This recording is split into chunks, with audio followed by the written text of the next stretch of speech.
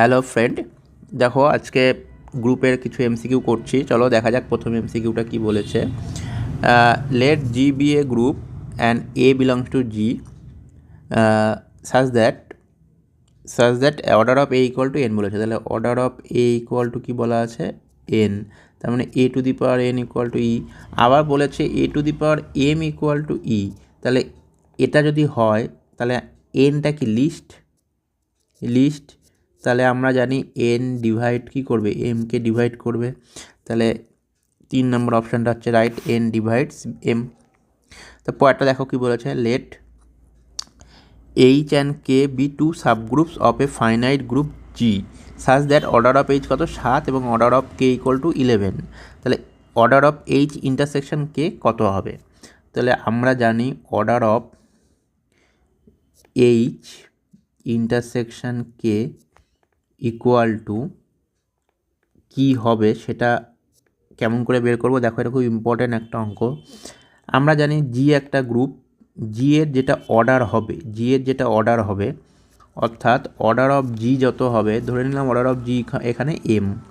তাহলে জি এর যতগুলো সাবগ্রুপ পাবো তাদের অর্ডার কি হবে? অর্ডার অফ এইচ আর অর্ডার অফ কে কী করবে? এই এমকে ডিভাইড করবে, এটা ল্যাগ্রেঞ্জের থিওরেম বলে। তাহলে অর্ডার অফ এইচ কত হচ্ছে 7 আর order of K equal to কত? 11। ক্লিয়ার? আচ্ছা, এবার এইচ আর কে যদি জি এর সাবগ্রুপ হয় তাহলে আমরা জানি এইচ ইন্টারসেকশন কে এটাও জি এর কী হবে? সাবগ্রুপ হবে, কারণ ইন্টারসেকশনটা সবসময় কী হয়? সাবগ্রুপ হয়। ক্লিয়ার? আচ্ছা, এবার দেখো তাহলে এইচ ইন্টারসেকশন কেটা কি? এইচ এর সাবগ্রুপ আবার কে এরও সাবগ্রুপ। ঠিক আছে, এবার এইচ এর অর্ডার তাহলে ল্যাগ্রেঞ্জের থিওরেম অনুসারে কী হবে? অর্ডার অফ এইচ আর অর্ডার অফ কে এই দুটোকে কী করবে? দুটো অর্ডার অফ এইচ আর অর্ডার অফ কে দুটোকেই কী করবে? Order of H intersection K ভাগ করবে, কারণ এটা কার সাবগ্রুপ? এটা এইচ আর কে সাবগ্রুপ। এইচ আর কে সাবগ্রুপ যদি হয়ে থাকে তাহলে এইচ এর সাবগ্রুপ হিসাবে কী হবে? অর্ডার এইচ ইন্টারসেকশন কে এই সাবগ্রুপটার অর্ডার এইচের অর্ডারকে ভাগ করবে, আবার এইচ ইন্টারসেকশনকে এই সাবগ্রুপের অর্ডার ল্যাগ্রেঞ্জ থিওরেম অনুসারে কি কে এর অর্ডারকে ভাগ করতে পারবে বা ডিভাইড করতে পারবে। কিন্তু order of H equal to 7 আর order of K equal to কত? 11। তাহলে 7-এর ডিভাইজার কারা হয়? 1 আর 7, আর 11-এর ডিভাইজার 1 আর 11। তাহলে কমন ডিভাইজার কে থাকছে? শুধুমাত্র 1। তাহলে order of H intersection K equal to কী হবে? 1। ক্লিয়ার? তাহলে এটা হয়ে গেল 4 নম্বর অপশান। তো পরের অপশানটা পরের অঙ্কটা দেখো কী বলছে, the number of elements of order 7 in a group of order 28। তাহলে একটা গ্রুপ বলেছে যার অর্ডার কত? 28। বলেছে কতগুলো এলিমেন্ট পাবো যাদের অর্ডার হচ্ছে 7। ঠিক আছে, তাহলে দেখো কতগুলো এলিমেন্ট পাবো যার অর্ডার হচ্ছে 7। তো এই অঙ্কটা কী করে করব? সো এখানে কি বলেছে তাহলে দেখো যে 28 যদি হয় গ্রুপের অর্ডার, আর তাহলে বলেছে এই গ্রুপে কতগুলো এলিমেন্ট পাবো যাদের এলিমেন্টগুলোর অর্ডার কী হয়ে যাবে? এলিমেন্টগুলোর অর্ডার হয়ে যাবে 7, যেখানে এ বিলংস টু জি। ঠিক আছে, তো এটা দেখো আমরা একটা সিম্পল একটা গ্রুপ নিয়ে নিচ্ছি, Z28 প্লাস এই গ্রুপটা নিয়ে নিচ্ছি। তাহলে এই গ্রুপে দেখো আমরা কি জানি যে 1 এলিমেন্টটার অর্ডার কত হয়? 28, তাই তো? তাহলে আমি বের করতে হবে এই গ্রুপে এম বার, অর্থাৎ কতগুলো এম এরকম পাবো এলিমেন্ট যাদের অর্ডার কী হবে? যাদের অর্ডার হয়ে যাবে 7। তাহলে আমি এটা হামেশাই বের করতে পারি যে M1 বার ইকুয়াল টু কী হয়? 28 বাই GCD অফ M, 28, এটা আমরা জানি। এবার এটা কত হবে? 7। তার মানে এটা কি হতে হবে? এই GCD অফ এম কমা 28, এটাকে অবশ্যই 4 হতে হবে। তাহলে 28কে 4 দিয়ে ভাগ করলে আমি কত পাবো? 7 পাবো। তার মানে অতএব জিসিডি অফ এম কমা 28, এটা আমার কত হবে? 4। ক্লিয়ার? তাহলে এটা যদি আমার 4 হতে হয়, তার মানে দেখো তো, তার মানে এম আর 28-এর মধ্যে কমন ফ্যাক্টর কত? 4।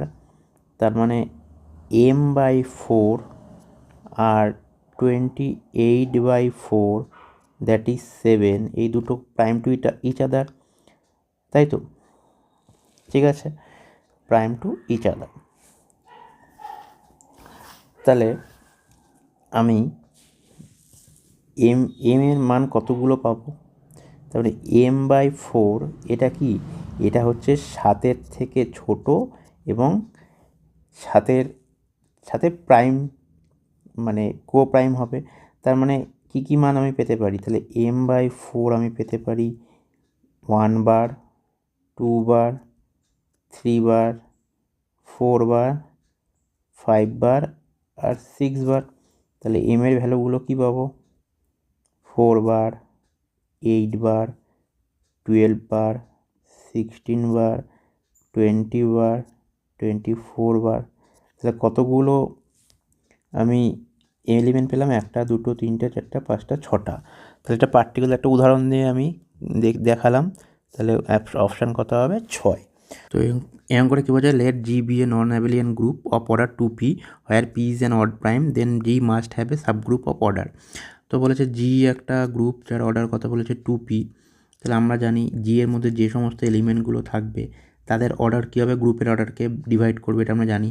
তাহলে 2pর যে ডিভাইজারগুলো হয় সেগুলো কী হবে? 1, 2, p আর 2p।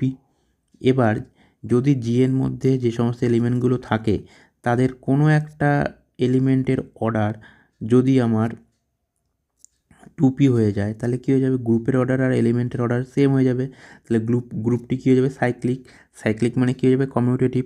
কিন্তু আমি তো জানি যে গ্রুপটি নন কমিউটেটিভ, তার মানে 2p অর্ডারের কোনো এলিমেন্ট থাকবে না।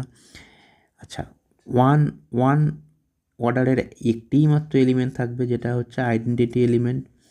ঠিক আছে, এবার আসি টু অর্ডারের যদি নন আইডেন্টিটি যতগুলো এলিমেন্ট আছে সবার অর্ডার যদি আমার 2 হয়ে যায়, তাহলে অর্থাৎ a স্কোয়ার ইকুয়াল টু যদি ই হয়ে যায়, তাহলে আমার কী হয়ে যাবে? a equal to a inverse. একইভাবে b ইকুয়াল টু কী হয়ে যাবে? b inverse. তাহলে এ বি ইনভার্স কী হয়ে যাবে? A B.